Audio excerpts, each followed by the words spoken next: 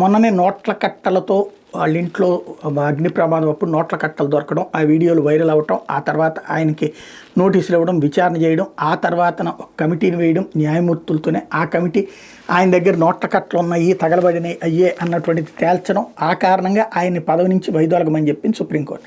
ఆయన వైదొలగనన్నాడు. తీసేసే అధికారం నియమించిన సుప్రీంకోర్టు కొలీజియానికి లేదు, సుప్రీంకోర్టుకి లేదు, హైకోర్టుకి లేదు. ఒకసారి చేర్చడమే తప్పించి తీసేసే అధికారం లేదు.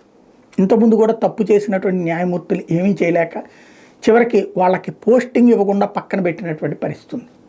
ఇప్పుడు వర్మ విషయంలో ఇంకొక కొత్త స్టెప్ ఏంటయ్యా అంటే, భారత ప్రభుత్వానికి ప్రధానమంత్రికి పంపించినటువంటి మెసేజ్లో మీరే ఆయన మీదన ఏదైతే పార్లమెంట్లో తీసుకొచ్చి ఆయన తొలగించండి, అభిశంసనకి చేయండి అని అడుగుతున్నారు.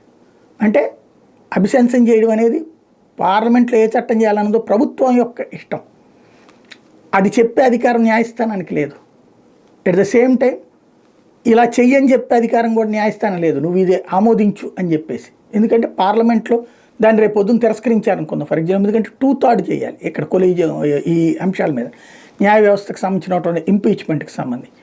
ఒకవేళ ఒకళ్ళు కాదంటే అప్పుడు ఆయన కంటిన్యూ అయితే రాజ్యాంగపరంగా ఇచ్చినటువంటి పవర్ పోతుంది. వాస్తవంగా ఒక పెద్ద రాజ్యాంగ మౌలిక ప్రశ్న రేకెత్తినట్టయింది.